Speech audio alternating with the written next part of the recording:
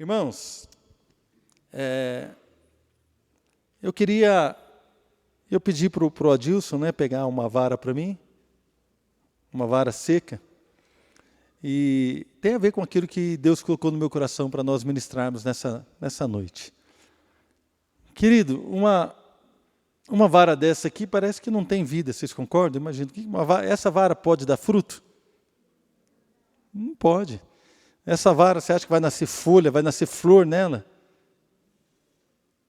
Não vai, irmãos. Naturalmente falando, não. Não é? E Deus colocou no meu coração, querido, que nós somos como varas. Varas assim, sem vida, varas secas. Mas que quando temos um chamado e somos colocados na presença de Deus, alguma coisa acontece. Amém? E eu queria que você mantivesse aí o seu olhar nessa vara, enquanto a gente vai caminhando na palavra, não é? E eu sei, queridos, assim, eu tenho algo no meu coração. Me entenda bem, não é que eu não me alegre, né? Eu participei junto com a minha esposa de uma conferência do Espírito Santo lá em Curitiba, e quando nós participamos, eu lembro do pastor Hernani Santos, um dos dias que ele estava ministrando, ele virou para o pastor Milton, que é o meu discipulador, e falou assim: pastor Milton, não tem uma pessoa aqui que é surda na sua igreja? Aí ele falou assim: tem, então chama ela aqui na frente. Aí chamaram a mulher, veio a mulher com o marido. Uma senhora já de uns quase 60 anos, né, amor? Não é? E trouxe aquela mulher com o marido, e ele pegou e falou assim: não, deixa ela lá longe, né? E o palco lá é um pouco maior que o nosso, talvez. E o pastor Hernani ficou aqui, junto com o marido, e pediu para ela ficar lá longe. E ele falou assim: irmãos, nós estamos aqui numa conferência do Espírito Santo, temos falado sobre milagres, e nós vamos orar por essa mulher, ela vai ser curada. E eu estava ali vendo, eu e a Adriana. De repente ele orou, tirou o microfone e falou com ela assim, falou assim: minha irmã, você pode me ouvir? A hora que ele falou fora do microfone, baixo, eu ouvi porque eu estava perto, a mulher já começou a querer chorar. Então ele falou para o marido assim: converse com ela, de longe. E o marido falou algo para ela, daí a mulher começou a chorar.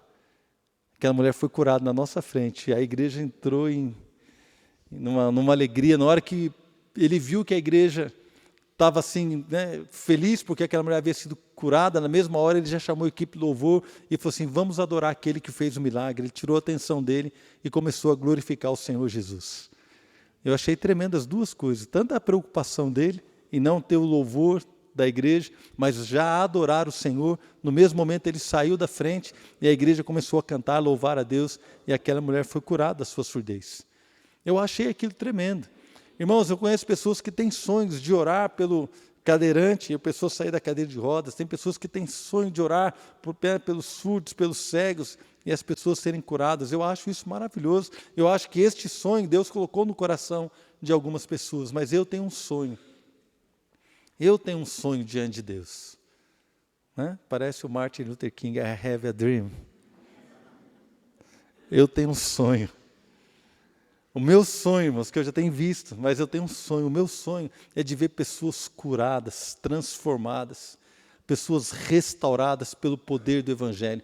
O meu sonho, eu amo ver alguém sendo curado, eu amo, não me entenda mal, mas o que arde, queima o meu coração, é ver um pai de família sendo restaurado e passando a amar a sua esposa, a amar os seus filhos. O meu sonho, assim, aquilo que queima o meu coração, é ver um jovem largando as drogas e se firmando com o Senhor Jesus, e a partir dali sendo uma pessoa de caráter, totalmente restaurada pela glória, pelo poder de Deus. O meu sonho, querido, é ver mulheres que vão ser donas de casa, que vão ser mulheres profissionais, que vão atuar no mercado, que vão atuar na sociedade, mas pessoas, mulheres cheias do Espírito Santo, andando da maneira que agrada a Deus, pessoas que deixam a prostituição, pessoas que largam o adultério, pessoas que são libertas do vício. Sabe por quê? Simplesmente porque liberaram a sua fé no Evangelho, na cruz do Calvário, que nos liberta de toda a maldição, que transforma a nossa vida, que faz com que nós sejamos novas pessoas. O meu sonho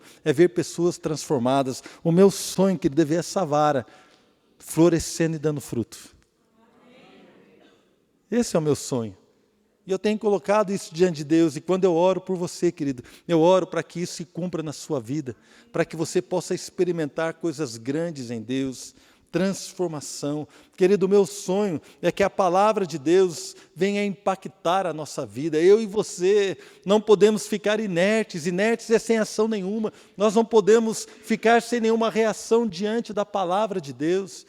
Nós não podemos ficar inertes diante do Evangelho. O Evangelho tem que causar uma mudança na minha vida. O Evangelho tem que causar algo na sua vida. Tem que causar um impacto, querido. Tem que fazer uma mudança, uma transformação. O Evangelho tem que fazer algo em nós. Porque nós não somos religiosos e ouvimos o Evangelho, e isso pode, isso não pode, isso pode, isso não pode. Como diz o meu amigo pastor Álvaro, lá do Chile, ele fala assim, o Evangelho não era antes eu bebia, parei de beber, antes eu fumava, parei de fumar, antes eu mentia, parei de mentir. Glória a Deus, querido, mas eu quero saber o que é que você faz, porque o Evangelho mudou a sua vida. Irmãos, agora eu prego o Evangelho com alegria, agora eu tenho sido honesto no meu trabalho, agora a minha família tem experimentado o poder de Deus, agora, querido, eu sou um novo homem, agora tudo é diferente. Então, irmãos, o Evangelho não é religião, o Evangelho é a palavra de Deus, a palavra viva do Senhor, precisa impactar a sua vida. Os nossos olhos precisam ser atraídos para o Senhor Jesus. Nós temos que olhar para Ele, desejá-lo, irmãos, desejá-lo, ver a sua beleza, ver a sua glória, contemplar a sua grandeza. Hoje eu estava ouvindo uma música que eu escuto desde 90 e poucos, né? Desde quando era criança, tinha 5 anos. Desde os anos 90. Estou brincando, né, irmão? Mas eu lembro que eu ouvi uma música de um mexicano chamado Marcos Witt, e a música dele, né, em espanhol, mas vou dar uma traduzida assim, é Formoso és, meu Senhor, formoso és tu, meu amado. Gente, não consigo, como é que fala, traduzir, tem que falar em espanhol. Tu és a fonte da minha vida, tu és a minha força, tu és a minha alegria. E eu lembro que eu ouvi aquela música e eu chorava, irmãos, eu ouvi e falei assim, Deus, que coisa tremenda. Como eu gostaria de ter composto essa música. Tem músicas que eu olho para ela e falo assim, eu que devia ter composto essa música, para poder cantar para Jesus assim, tu és formoso, tu és o amado da minha alma, tu és aquele que eu desejo, tudo que tem no Senhor é bom, tudo que o Senhor tem é maravilhoso, tu és lindo. Tu és formoso. Irmãos, que coisa maravilhosa. Então, assim, o nosso coração deve ser atraído a Ele, a sua obra na cruz, contemplá-lo. Da mesma forma como o apóstolo Paulo começou a dizer sobre Jesus, olha, tende em vós o mesmo sentimento que houve em Cristo Jesus. Ele foi obediente até a morte de cruz. Paulo começa a falar do Evangelho, e ele fica assim, insondáveis riquezas do Evangelho. Paulo ele começa a ver Davi quando começa a falar do Senhor. Quando Davi começa a falar, ele fala assim, olha, tu és o mais formoso dentre os filhos dos homens. Irmãos, palavras de amor, de alegria, de gratidão. Devemos nos alegrar e nos admirar em Deus, querido. Não perca, assim, no seu coração, não perca a capacidade de admirar a Deus, de admirar o Senhor, sabe, de admirar as suas obras. A minha esposa estava abrindo o culto aqui, eu estava admirando as obras do Senhor, eu falei assim, Deus, como o Senhor é bom. De admirar, querido, admirar o seu filho. Se você tem filho bebezinho, pega na mãozinha dele, vê ali. Admire aquilo que Deus está fazendo na sua vida, admire o Espírito Santo, ame o Senhor. Então Deus tem que fazer algo em nós, querido. E o nosso Deus, uma das coisas que Ele tem, é que Ele é fiel. Deus honra os seus compromissos. Deus é fiel. Se Deus falou algo, Ele honra aquilo que Ele falou, Deus não mudou de ideia. Amém, irmãos? Deus honra a sua palavra, Deus honra as suas promessas. Deus honra. Então, baseado nisso, que algo tem que acontecer em mim, eu quero que você possa abrir a sua Bíblia lá em Números, capítulo 17. Vamos ler ali alguns versículos, a partir do versículo 1, Números 17, versículo 1 em diante. Eu tenho certeza que Deus hoje quer fazer com que essa vara floresça e dê fruto para a sua glória.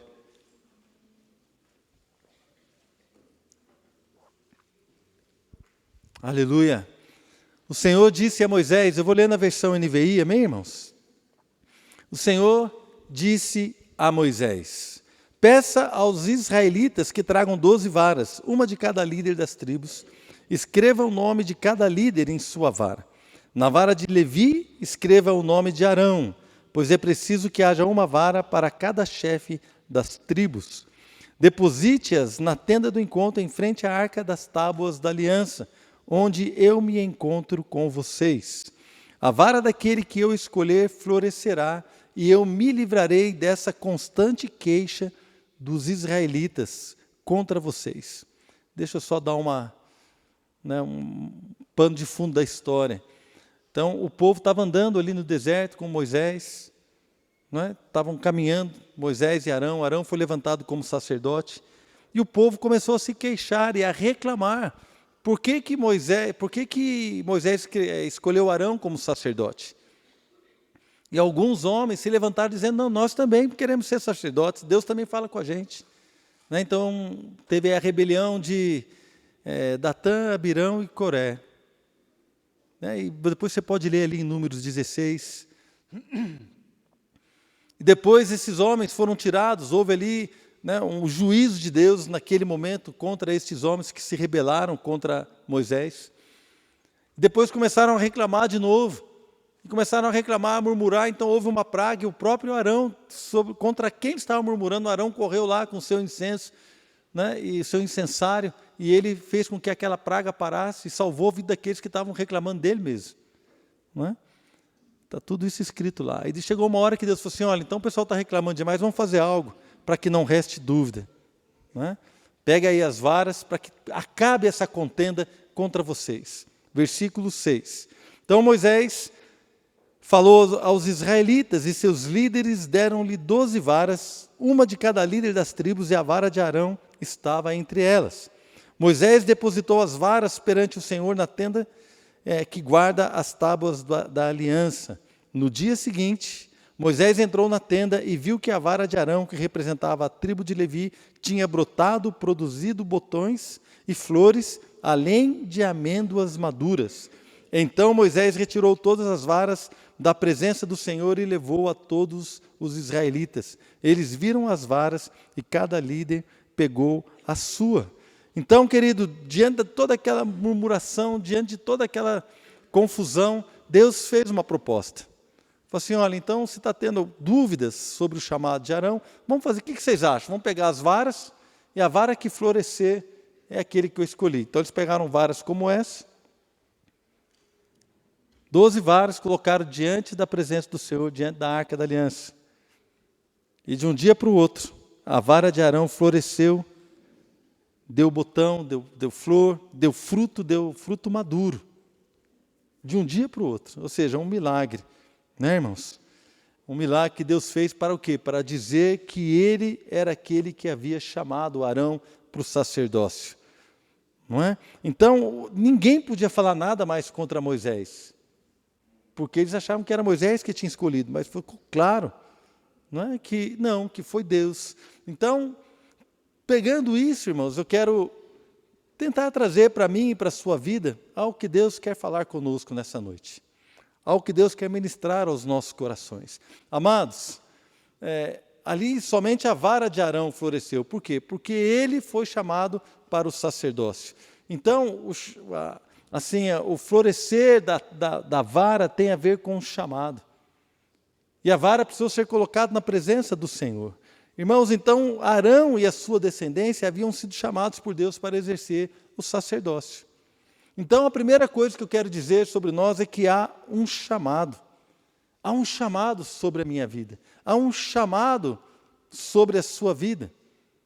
E esse chamado eu poderia dizer que ele é dividido em duas questões, em duas características. Existe um chamado que é comum a todos nós. E existe um chamado que é individual, é o meu chamado, é o seu chamado, é aquilo que Deus tem para a sua vida.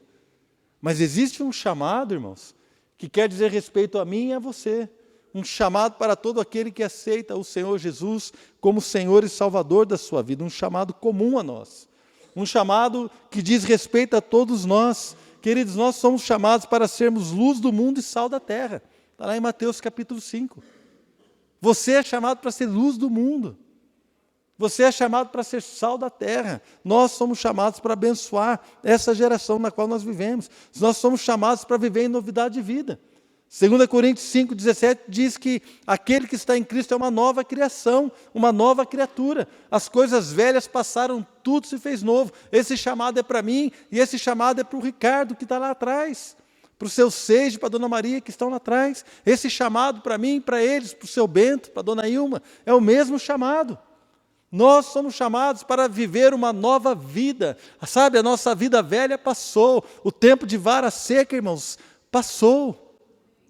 Porque o que Deus tem para nós agora é vida e vida em abundância. O que o Senhor tem para nós é mudança de vida, é transformação. O que Deus tem para nós, querido, é que a palavra dEle venha impactar a nossa vida de tal forma que nós seremos transformados em outras pessoas. As coisas velhas passaram, eis que tudo se fez novo. Aquele que está em Cristo é uma nova criação. Meu irmão, se você está em Cristo, você é uma nova criatura. Você foi criado de novo em Cristo Jesus. Você foi criado mais do que vencedor. Você foi criado livre do pecado, livre da prisão, livre de maldições. Sabe por quê? Porque as nossas enfermidades, os nossos pecados, as nossas maldições ficaram cravadas na cruz do Calvário. E nós somos livres. Somos livres, esse é o nosso chamado. Irmãos, saímos do império das trevas e fomos transportados para o reino do Filho do seu amor, onde temos a redenção, ou seja, as trevas, o império das trevas com o seu imperador, não pode mais nos dar ordens, nós não mais obedecemos às ordens ou às atribuições do império das trevas. Sabe por quê? Porque o Senhor nos tirou do império das trevas e nos colocou num outro lugar, no reino do Filho do seu amor. Onde Satanás não pode mais tocar a nossa vida. Como a Bíblia diz, aquele que é de Deus, o Senhor o guarda e o maligno não o toca. Então nós estamos num lugar de proteção de Deus. Nós agora entendemos, como diz lá em 1 Pedro, capítulo 2, verso 9, que nós somos geração eleita, sacerdócio real, nação santa, povo de propriedade exclusiva de Deus, para anunciar as grandezas do Senhor, irmãos. Então nós agora temos um chamado, e esse chamado é algo que tem que mudar a nossa vida, algo que tem que mudar a nossa existência, é algo que tem que mudar a minha maneira de olhar o mundo, de olhar a minha família, de olhar as questões naturais e espirituais. O chamado que Deus tem para cada um de nós, o chamado nosso comum é que nós sejamos pessoas totalmente diferentes para a glória do Senhor. Amém, meu irmão? Deus é maravilhoso. Então, quando nós reconhecemos que temos esse chamado, um chamado para viver coisas grandes e tremendas. Olha só o que diz, querido, todavia, como está escrito lá em 1 Coríntios, olho nenhum viu, ouvido nenhum ouviu, mente nenhuma imaginou o que Deus preparou para aqueles que o amam. Irmãos, olho nenhum viu, ouvido nenhum ouviu, nenhuma mente imaginou. A Bíblia diz também, em outra tradução, nunca penetrou no coração do homem o que Deus tem preparado para aqueles que o amam. E outro dia eu estava ouvindo uma pregação do pastor Carlito, da igreja da cidade. Ele citou esse versículo e ele falou em seguida. Ele falou assim, por que é que nós queremos colocar um teto onde Deus colocou os céus abertos, irmãos? Por que é que nós vamos limitar o poder de Deus se a Bíblia diz que olho nenhum viu, que ouvido nunca ouviu, nenhuma mente pôde imaginar o que Deus tem preparado, é porque é coisa grande demais. O que Deus preparou para você, irmãos, vai além da sua imaginação. Por que é que nós queremos colocar um teto onde Deus colocou os céus abertos? O apóstolo Paulo diz, ora, aquele que é poderoso para fazer infinitamente mais, de tudo quanto pedimos ou pensamos, ou seja, aquilo que você pede, aquilo que você pensa, Deus pode fazer infinitamente mais. Ele é poderoso, irmãos.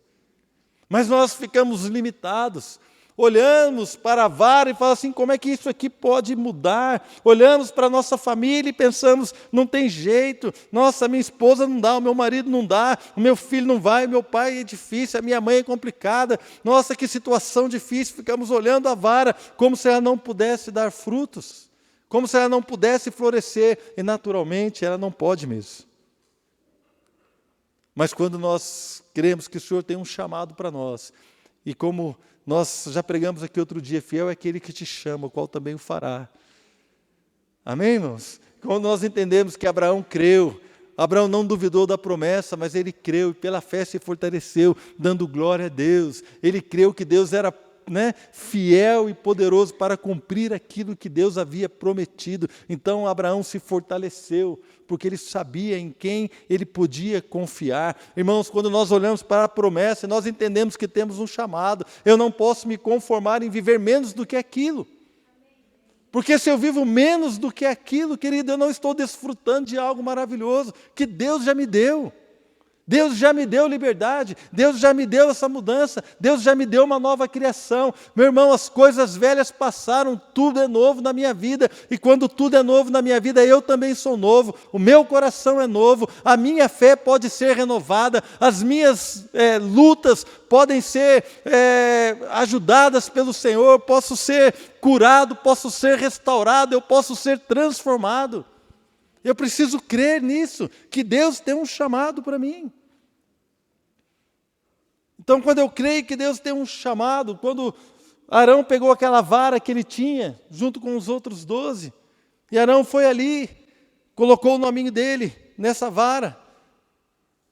Era uma vara que não tinha nada de especial em si mesma, mas não era a vara de Arão que floresceu, que era especial, mas era o chamado de Deus sobre aquela vara que fez toda a diferença naquela situação. Irmãos, não é você que é especial, mas é o chamado de Deus sobre a sua vida que vai fazer a diferença.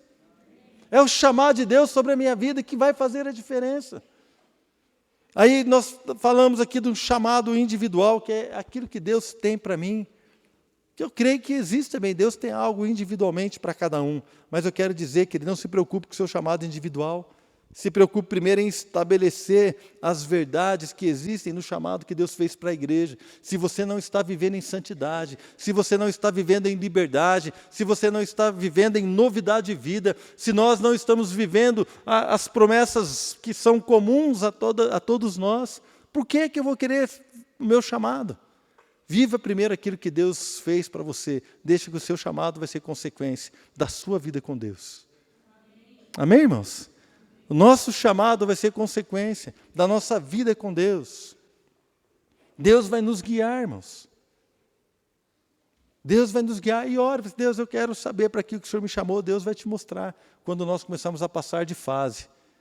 Estamos andando em santidade. Estamos orando, estamos lendo a palavra, estamos buscando a Deus, estamos vivendo novidade de vida. A palavra, o Evangelho tem impactado a minha vida. E aí, irmãos, sabe quando Deus falou comigo que eu ia ser um pastor? Eu sempre quis ser um pastor, desde o dia que eu me converti. Eu me converti num dia, no outro dia eu queria ser pastor. Do meu trabalho, eu andava assim pelo meu trabalho, eu chorava, falando assim, Deus, o que eu estou fazendo aqui? Estou perdendo tempo, eu quero ser pastor. Esse eu tinha 1, 2 semanas de convertido. Sempre, irmãos. Eu saí do meu trabalho depois de 28 anos. Mas amém, não tem problema. Um dia eu saí para viver a promessa do Senhor. Amém? Então, querido, mas eu buscava Deus, eu chorava diante de Deus. E eu queria ser pastor. Mas um dia Deus falou comigo. Sabe quando que Deus falou comigo? Eu lembro que eu estava na igreja, orando, sozinho. Irmãos, eu sempre tive a chave das igrejas que eu participei, né? Toda a igreja mudava de lugar para um lugar, para o outro, eu sempre tinha chave, eu ia de manhã, eu ia no meu jejum na hora do almoço, às vezes eu saía de tarde, antes de ir para casa, eu passava no salão da igreja, e eu passava lá e eu orava, às vezes eu ia para o culto era terça-feira, era 8 horas da noite, eu chegava na igreja às 6, abria a igreja, ia para o quartinho que tinha lá, eu orava, chorava diante de Deus, até às 8, sempre buscando a Deus. Você quer ser levantado, que comece a orar. Você quer ser levantado de uma maneira diferente? Comece a orar. Você vai ver se Deus não vai te levantar, querido. E eu orava, e eu buscava a Deus, e naquela época ali, clamando, e um dia eu comecei a orar ali em Jeremias, assim, né, uma promessa, dar-vos-ei pastores que vão apacentar segundo o meu coração. E eu comecei a chorar, querido, conhecendo a história da igreja do Brasil, de tantos pastores que estavam com tantas dificuldades, e hoje também nós temos pastores com muitas dificuldades, devemos orar por eles, não, as pessoas que muitas vezes têm falhado diante do povo, diante dos incrédulos, a igreja tem sido zombada, o nome do Senhor tem sido zombado por conta de alguns pastores. E eu lembro que eu chorava diante de Deus, assim, Deus, levanta pastores, Pai, que serão homens sérios, levanta pastores. Eu não falei de mim, mas o Espírito Santo falou, porque você está chorando na minha presença, eu vou te levantar como um pastor que vai apacentar as minhas ovelhas. Naquele dia eu tinha certeza que eu ia ser pastor, irmãos. Ninguém precisava me falar nada. Mas naquele momento eu era isso daqui, ó. Uma vara que não tinha ministério, que não era nem diácono, que não era nada, não era ninguém, irmãos. Mas Deus falou comigo. E a promessa entrou no meu coração. E eu comecei a crer naquilo. Comecei a acreditar, irmãos, na promessa. Deus foi restaurando a minha vida, foi restaurando. Primeira coisa, você precisa crer que Deus tem um chamado para você. Segunda coisa, querido, você precisa entender que é da mesma forma como Deus tinha um chamado para Arão, e havia ali dúvidas, havia contestações, mas será mesmo? Será mesmo? As pessoas duvidavam, as pessoas questionavam, falavam assim, Moisés, por que só vocês? Por que só Arão? E as pessoas começaram a questionar. E de repente, querido, talvez você também ouça alguns questionamentos em relação ao seu chamado para ser um cristão, um homem, uma mulher de Deus, um jovem, um adolescente, que faz a diferença nesse mundo. Talvez você também seja questionado, talvez as circunstâncias digam assim, olha, pode ser verdade para qualquer um, mas para você não é. Talvez, querido, a sua história familiar seja complicada, talvez você foi frustrado em alguma igreja, pode ser que você esteja frustrado com você mesmo, que você tentou e deu errado. Eu não sei o que está acontecendo, talvez você se sinta assim como uma vara, mas eu quero dizer para você, a vara de Arão floresceu porque havia um chamado. Quando ela foi colocada na presença do Senhor, Deus operou o milagre. Então, irmãos, quando nós reconhecemos que há um chamado, o que é que nós precisamos fazer então? Colocar a nossa vida na presença do Senhor. E de que maneira nós entramos na presença do Senhor? Queridos, somos confrontados com a realidade algumas vezes, somos confrontados com os nossos fracassos, somos confrontados com as nossas limitações. Mas, irmão, eu quero dizer para você, o chamado de Deus é maior do que todas essas coisas. O Senhor diz, né? Agindo eu, quem impedirá? Amém, irmãos? Então nós olhamos aqui e entendemos que precisamos colocar a nossa vara na presença do Senhor. Precisamos colocar a nossa vida na presença do Senhor. É ali que o chamado vai florescer. É ali que o milagre vai acontecer. Mas de que maneira nós podemos entrar na presença do Senhor, irmãos? Jesus falou, eu sou o caminho, a verdade e a vida, ninguém vem ao Pai a não ser por mim. Ninguém vem ao Pai a não ser por mim. Jesus é o único mediador entre Deus e os homens. 1 Timóteo 2,5, porquanto há um só Deus e um só mediador entre Deus e os homens, Cristo Jesus, homem. Então, como que eu posso entrar na presença do Senhor? Você precisa ter uma aliança com Jesus. Se você não tem uma aliança com Jesus, não adianta, querido. Sabe por quê? Porque a Bíblia é clara. Se você não acredita na Bíblia, né, eu entendo, não tem problema. Nós cremos, e a palavra do Senhor tem feito toda a diferença na nossa vida. Cremos, temos experimentado que ela é a verdade. Então a palavra de Deus diz que Jesus é o único que pode fazer a mediação entre Deus e os homens. Nenhum pastor pode fazer mediação entre Deus e os homens, nenhum santo pode fazer, nenhuma outra pessoa, somente o Senhor Jesus. É por isso que nós oramos em nome de Jesus. Há um só mediador. Você precisa ter uma aliança com Cristo para que você possa viver isso. Irmãos, eu lembro, já contei que várias vezes da minha conversão, estava num culto, e de repente, num momento de oração, gente estava cantando, adorando a Deus, no momento que tinha ali uma senhora adorando a Deus, e eu estava lá cantando, primeira vez que eu entrei naquela igreja, e eu estava lá cantando, estava tudo certo, tudo normal, mas de repente, querido, eu olhei para uma senhora, começou uma música de adoração, e o rosto daquela mulher começou a brilhar. E eu falei para Deus assim: Deus, essa mulher canta, e o Senhor a ouve. Eu canto, mas o Senhor não me ouve. Naquele dia eu tive uma certeza de que eu estava separado de Deus. Eu tive uma certeza, algo espiritual. E eu estava ouvindo falar de Jesus, então eu falei assim: olha, então eu estou ouvindo falar que Jesus é o caminho. Se o caminho é esse, então eu quero entregar a minha vida para o Senhor. E daquele momento em diante, eu nunca mais me senti separado do Senhor.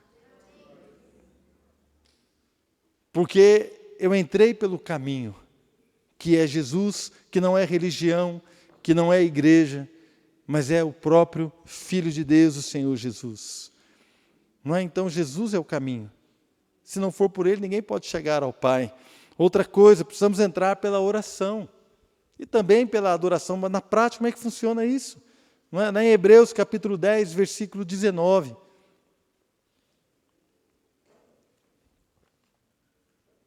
Diz assim: portanto, irmãos, temos plena confiança para entrar no lugar santíssimo pelo sangue de Jesus. Lugar santíssimo, irmãos, no Antigo Testamento é onde ficava a Arca da Aliança. O lugar santíssimo no tabernáculo é onde a vara de Arão foi colocada. Ela foi colocada diante da arca, no lugar santíssimo. E aqui o escritor de Hebreus diz que nós temos plena confiança para entrar no lugar santíssimo pelo sangue de Jesus, por um novo e vivo caminho que Ele nos abriu por meio do véu, isto é, do seu corpo. Temos, pois, um grande sumo sacerdote sobre a casa de Deus. Assim, aproximemo-nos de Deus com um coração sincero e com plena convicção de fé, tendo os corações aspergidos para nos purificar de uma consciência culpada e os nossos corpos lavados com água pura. O sacrifício de Jesus, querido, nos purificou. Podemos entrar com confiança. Pegue a sua vida, entre no lugar santíssimo pela oração, coloque a sua vida na presença de Deus. Se você quer ver o milagre, se você quer ver o seu chamado ser confirmado pelo Senhor, o que Deus fez na vida de Arão? Ele confirmou que Arão era chamado para ser o sacerdote. O sacerdócio era para Arão. Então Deus confirmou. Quando eu entro na presença de Deus, sabe o que Deus faz? Deus confirma o seu chamado sobre a minha vida. Você foi chamado para ser santo, você foi chamado para ser liberto, você foi chamado para ser uma nova criatura, você foi chamado para ser um homem de Deus, você foi chamado para exercer a autoridade diante do inferno, você foi chamado para ser transformado na minha presença. E aí eu vejo, irmãos, a minha vida sendo restaurada pelo poder do Evangelho. E aquela vara seca começa então a brotar folhas, brotos, flores. Por quê? Porque está na presença do Senhor. Fora da presença do Senhor não há milagre. Fora da presença de Deus não vai haver milagre na sua vida. Mas se nós estamos na presença do Senhor, espere que você vai ver Deus fazer grandes coisas. Uma coisa é você entrar, e como é que nós podemos permanecer na presença do Senhor? Irmãos, lá no Salmo 24, 3, o salmista faz uma pergunta: quem subirá ao monte do Senhor e quem há de permanecer no seu santo lugar? Olha que pergunta boa, irmãos. Quem vai ao monte do Senhor? Quem há de permanecer? Quem pode permanecer no seu santo lugar, na sua presença? Quem pode permanecer na presença de Deus? Aquele que é limpo de mãos e puro de coração, que não entrega a sua alma à falsidade e nem jura dolosamente. Irmãos, é muito clara a palavra, não precisa nem de explicação, só de repetição. Vou repetir, não precisa nem explicar. Quem é que pode subir ao monte do Senhor? Quem há de permanecer no seu santo lugar? O que é limpo de mãos, o que é puro de coração, que não entrega a sua alma à falsidade e nem jura com dolo, nem jura com maldade, dolosamente. Esses vão permanecer na presença do Senhor. Então, como é que a minha vida vai começar a brotar? Nós precisamos permanecer na presença do Senhor. E como é que eu vou permanecer na presença do Senhor? Porque Ele deixa a falsidade de lado. Diante de Deus, a falsidade não vale. A falsidade pode enganar a minha esposa, a falsidade pode enganar o meu pastor, a falsidade pode enganar o meu pai, a minha mãe, o meu discipulador, mas a falsidade não pode enganar aquele que vai fazer o milagre. Aquele que vai fazer o milagre, ele quer um coração puro, ele quer mãos limpas, irmãos, são mãos que não praticam maldade.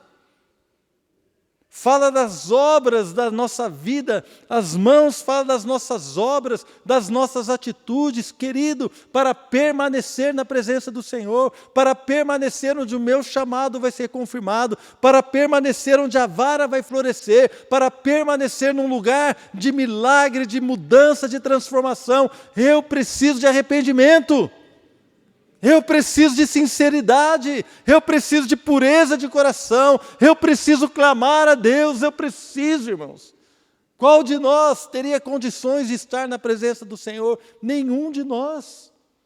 Mas o sangue de Jesus nos purifica de todo pecado. Irmãos, precisamos entrar com confiança, mas com arrependimento, com a disposição de acertar, com a disposição de viver o seu chamado.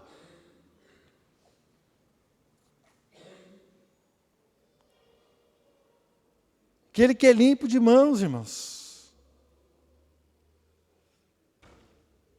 Não é? O Salmo 100 fala também da adoração. Com a adoração nós entramos na presença do Senhor. Olha só, Salmo 100, versículo 1. Diz assim: aclame ao Senhor todos os habitantes da terra. Prestem culto ao Senhor com alegria. Entrem na sua presença com cânticos alegres. Reconheçam que o Senhor é nosso Deus. Ele nos fez e somos dele, somos o seu povo e rebanho do seu pastoreio. Entre por suas portas com ações de graças, e em seus átrios com louvor, deem-lhe graças e bendigam o seu nome. Querido, há uma maneira de entrar na presença de Deus. Tem gente que só entra na presença de Deus quando deu ruim alguma coisa. O cara fez uma bobagem, aí ele só entra na presença de Deus para pedir ajuda.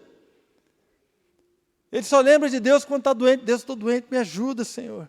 Aí depois ele fica bom, fica lá longe do Senhor. De repente, acontece alguma coisa, comprou algo, deu problema, ou perdeu um dinheiro, ou então ele colocou um orçamento no mercado, ele precisa que aquele orçamento seja aprovado, e ele começa a orar, Deus, ele já entra diante de Deus assim, oh Deus, em nome de Jesus, o Senhor é maravilhoso, mas olha, eu tenho aqui esse orçamento, Deus, eu preciso de ajuda, Deus, meus filhos, irmãos, glória a Deus, não está errado. Mas para permanecer na presença do Senhor, há uma linguagem de louvor, de adoração. Entrar na presença de Deus simplesmente porque nós o amamos. Não estou precisando de nada nesse momento, não estou precisando de nada, está tudo certo, minha saúde está boa, está tudo tranquilo, está tudo bem, Senhor, mas eu vim aqui só para dizer algo. Eu te amo. Eu sou grato ao Senhor por tudo aquilo que o Senhor tem feito. Mas muitas vezes, irmãos, a gente não consegue permanecer na presença de Deus. A palavra de Deus diz no Salmo 5, verso 5, os arrogantes não são aceitos na sua presença. Tiago, capítulo 4, diz assim, o Senhor dá maior graça, pelo que diz, Deus resiste aos soberbos, mas dá graça aos humildes. Deus resiste ao soberbo. Se você é soberbo, se você é orgulhoso, se você acha que sabe tudo, se você acha que o seu pastor não sabe nada, que o seu pai não sabe nada, só você que sabe, e você pode falar com Deus, não precisa de ninguém, sabe, o soberbo, Deus resiste. Às vezes a gente acha que sabe tudo, irmãos. É que ninguém que vai dizer que sabe mais do que Deus, né? Eu imagino que não. Eu não conheci alguém ainda que diga isso. Mas tem gente que é soberba, que acha que sabe tudo, que não precisa, que não sei o quê, que não, queridos. Aí chega diante de Deus, Deus fala assim, o soberbo, Deus resiste. Na sua presença não consegue permanecer. E é na presença de Deus, irmãos, que o milagre vai acontecer. Eu preciso estar na presença de Deus. É ali que o milagre vai acontecer. Não apenas entrar, mas permanecer. Permanecer na sua presença. Com gratidão, com linguagem de louvor, com vida, querida. É ali que o milagre, que o nosso chamado vai acontecer, vai florescer, vai dar fruto. Toda dúvida, toda todo confronto que nós temos recebido. Olha, você não vai conseguir, as situações, as circunstâncias nos confrontam. Muitas vezes as pessoas duvidam, nós mesmos duvidamos do chamado de Deus sobre a nossa vida, porque não vemos resultados. Irmãos, mas se nós nos colocarmos na presença do Senhor, você vai ver que Deus vai fazer grandes coisas. A Cidinha se colocou na presença do Senhor, e estava ali: Senhor, como é que é? E Deus falou assim: hoje eu quero que você vá orar com uma pessoa. Tem uma pessoa precisando de oração, está enferma de alma, está enferma no seu espírito. Vai estar lá na sua casa a hora que você voltar para a sua casa. Irmãos, que coisa maravilhosa. E aí eu falei assim: mas Senhor, será? Então fala comigo de alguma maneira, né? Pede para o pastor orar comigo. O pastor não foi, irmão. O pastor não estava sensível ao espírito naquele dia. Mas a pastora foi. Não é? E a pastora foi, deu uma palavra, e então ela pegou, se encheu de ousadia. Sabe por quê? Porque na presença do Senhor floresceu o chamado de Deus, sabe, para que ela faça a diferença na vida de outras pessoas. E ali na presença de Deus, Deus fez algo maravilhoso, Deus fez um milagre, colocou ousadia, tanto que ela chegou em casa, viu lá o pessoal, e ela não se conteve, falou assim: olha, Deus falou comigo, que eu vou ter que orar com quem? Quem que está doente aí? Ela não fez assim, né, irmãos? Eu que estou fazendo. Quem que está doente aí? Uma vez eu fui pregar numa igreja lá no Parque Novo Horizonte, e eu estava em casa orando, me preparando, e Deus falou comigo assim: hoje vai ter batismo no Espírito Santo, você pode orar, porque vai ter batismo no Espírito Santo. Eu falei assim: amém. Irmãos, pensa num camarada com fé. Peguei meu carro, morava lá no Urbanova, fui lá para o Parque Novo Horizonte, do outro lado, irmãos. O Urbanova é aqui, o Parque Novo Horizonte é lá. E eu fui no carro orando: hoje vai ter batismo no Espírito Santo. Eu cheguei lá, irmãos, a igreja estava fechada, aí tinha um casal que abria a igreja, que eram os obreiros, e tinha um cara que estava lá. Aí começou o culto, o irmãozinho, eu e os três. Começamos o culto, falei assim: glória a Deus. E estamos lá, né? E de repente o rapaz que abriu a igreja, que era o obreiro, ele com a esposa tocando violão, fazendo louvor, e eu e o irmãozinho ali, que estava visitando a gente ali, né? Ouvindo louvor, ouvindo aquele momento. De repente chegou minha hora de pregar, aí eu preguei, irmão, como se tivesse 1000 pessoas, crendo. E de repente, ao que eu terminei de pregar, eu falei assim: eu quero dizer algo para vocês. Deus falou ao meu coração hoje que haveria batismo no Espírito Santo. Quem de vocês não fala em línguas? Os três olharam para mim assim. Aí o casal falou assim: não, nós oramos em línguas. Eu falei assim: e você? Eu falei assim: eu não falo não, mas eu tenho orado por isso há muito tempo. Eu tenho orado por isso há muito tempo. Eu falei assim: é hoje, filho, vem cá. Oramos com ele, foi batizado no Espírito Santo. Aleluia! É ousadia, Cidinha, amém? Porque quando Deus faz o chamado dele florescer, nós cremos, irmãos. Nós cremos. Não importa a circunstância, não importa a situação, mas a gente vê que Deus vai fazer algo.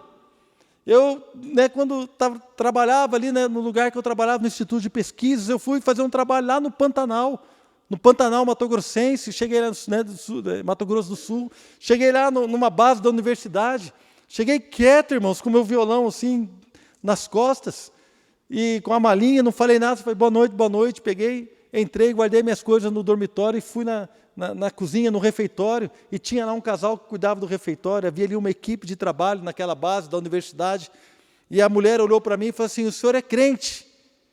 Não falei nada, irmãos. Eu falei assim: sou.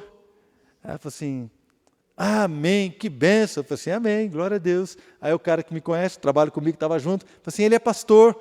Aí a mulher lá dentro da cozinha falou assim: glória a Deus, Deus falou comigo que ia mandar um pastor aqui para a gente tomar a ceia, porque faz muito tempo que nós não tomamos a ceia. Eu falei assim: pode marcar domingo, irmã, domingo nós vamos fazer um culto aqui e você vai cear. Amém, irmãos? Por quê? Porque Deus falou com ela estava orando, clamando, e Deus falou assim: eu vou mandar um pastor aqui e você vai tomar a ceia aqui neste lugar. Você não pode ir para a cidade para tomar ceia, mas eu vou mandar um pastor para cá. Irmãos, é disso que nós estamos falando, queridos, de viver milagres, de ver coisas grandes acontecendo, de ver Deus mudando a vida de pessoas, de ver pessoas sendo libertas do pecado, de ver a sua família sendo restaurada, de ver os seus filhos frutificando na presença do Senhor, de ver Deus levantando a sua vida, de ver a vara seca dando flor, dando fruto para a glória de Deus. Dá para a glória de Deus, irmãos. Mas aonde vai acontecer o milagre? O milagre vai acontecer na presença do Senhor. Fora da presença de Deus não há milagre, irmãos. Se nós queremos viver essas coisas, você precisa colocar a sua vida você precisa permanecer na presença. E eu quero terminar lendo lá em João capítulo 15, a partir do versículo 1. Aqui o Senhor Jesus usa uma linguagem parecida sobre a vara. Olha que coisa tremenda, irmãos. João capítulo 15, a partir do versículo 1. Eu sou a videira verdadeira e meu pai é o agricultor. Verso 2. Todo ramo que estando em mim não dá fruto, ele corta. E todo o que dá fruto, ele poda, para que dê mais fruto ainda. Vocês já estão limpos pela palavra que tenho falado. Permaneçam em mim e eu permanecerei em vocês. Nenhum ramo, olha aqui para mim um pouquinho, irmãos. Nenhum ramo pode dar fruto por si mesmo, se não permanecer na videira. Vocês também não podem dar fruto, se não permanecerem em mim. Eu sou a videira, vocês são os ramos.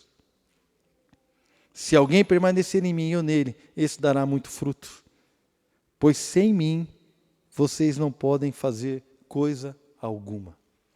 Sem Jesus, irmãos, não há milagre. Sem estar na presença de Deus, não há milagre. Eu não vou enganar vocês. Venham aqui que eu vou orar com você e Deus vai fazer o milagre. Pode até fazer, não é? Tem muitos incrédulos que a gente ora, Deus cura, Deus restaura. Mas eu estou falando do milagre, da transformação. Eu estou falando do milagre, irmãos, que para mim é o mais lindo de todos. Porque eu poderia ver paralítico andar, eu poderia ver fogo cair do céu, eu poderia ver tantas coisas, como aquele povo lá de Israel, quando Elias orou, o fogo caiu do céu, mas o povo continuou adorando deuses falsos. Aquele povo viu o mar vermelho se abrir, mas também depois ficaram adorando 2 bezerros. Pessoas viram tantos milagres, Ananias e Safira, conta a história deles em Atos capítulo 5. A Bíblia diz ali, na história da igreja no começo, que Deus fazia milagres extraordinários pelas mãos dos apóstolos, a ponto de Pedro andar e a sombra de Pedro curava. As pessoas colocavam os enfermos ali no caminho, por onde Pedro passava, porque quando a sombra de Pedro tocava os doentes, as pessoas eram curadas. Mas Ananias e Safira, vendo toda essa glória, quiseram mentir para Deus, quiseram enganar a Deus, mas nós vimos aqui que aquele que anda em falsidade não pode permanecer na sua presença. Viram os milagres, mas não se converteram. Viram os milagres, viram tanta coisa, mas não se converteram. Para mim, querido, o maior milagre que Deus fez foi a transformação da minha vida, porque eu sei exatamente como eu era, eu sei exatamente quem eu era. Eu sei exatamente aonde eu estava, e quando Deus tocou na minha vida, querido, foi uma transformação tão grande, foi um chamado tão forte, foi uma alegria tão imensa, foi algo que Deus fez, e eu sei que Deus fez isso na sua vida também. Porque, irmãos, não há como ficar sem reação diante da glória de um Deus todo-poderoso. Não há como ficar sem reação, inerte diante do seu evangelho. Não há como ficar sem reação diante das suas promessas. Não tem como, querido. Não tem como. E quando eu entendi que eu floresceria na presença do Senhor, meu irmão, eu não apenas entrei, mas eu me joguei na presença de Deus. Eu me joguei na presença de Deus. Querido, eu me joguei na presença do Senhor. Eu quero convidar você nessa noite a se jogar na presença do Senhor. Querido, pegue essa vara. Pegue aí sua vara imaginária. Escreva o seu nome nela, como Arão escreveu o nome dele na vara. E havia um chamado ali. E quando entrou o chamado na presença do Senhor, irmãos, Deus não resiste um coração contrito. Deus não resiste quando alguém se joga na sua presença. Deus não resiste, irmãos. Deus não resiste. Deus não resiste. Nós vemos as pessoas que se jogaram na presença do Senhor Jesus, Ele curou todas elas. Pessoas que clamaram o Senhor parou. Aquele cego gritava, Jesus, filho de Davi, e as pessoas mandavam ele ficar calado, mas ele não podia ir porque ele não enxergava, mas ele se jogou na presença do Senhor. Senhor, Jesus, filho de Davi, tem compaixão de mim. Ele se jogou na presença do Senhor. Querido, ele gritou a ponto de Jesus parar. Mandou chamá-lo e falou assim: o que você quer? Meu irmão, Deus quer que você se jogue na presença dEle. Deus quer que você se coloque na sua presença. O chamado está sobre a sua vida para mudar, para transformar, para fazer coisas grandes e tremendas. Mas quem é que vai viver isso, irmãos? Quem é que vai viver milagres? Eu já vivi tanto milagre na minha vida, mas eu quero viver muitos mais, para que o Senhor seja glorificado. Eu quero convidar você nessa noite a se jogar na presença do Senhor, querido. Feche os teus olhos. Fale para o Senhor: Senhor, eu quero escrever o meu nome nesta vara, colocar na sua presença a minha vida, colocar, Senhor Deus, a minha vida na tua presença. Deus, eu preciso colocar a minha vida na sua presença, porque eu reconheço que há um chamado. Eu reconheço que o Senhor me chamou para uma novidade de vida. Senhor, e talvez até hoje o Evangelho não tenha causado o impacto que deveria causar. Deus, talvez até hoje o Evangelho, a palavra do Senhor, não tenha causado em mim uma mudança, mas, Senhor, eu não quero mais viver a vida que eu estou vivendo. Deus, eu quero ser impactado pela sua palavra. Deus, eu quero ser transformado pelo seu poder. Deus, eu me sinto igual uma vara seca, mas eu tenho ouvido nesta noite que na presença do Senhor há milagre, que na presença do Senhor o meu chamado vai florescer, vai dar frutos para a sua glória. Eu tenho ouvido, Senhor, que sem Ti eu não posso fazer nada.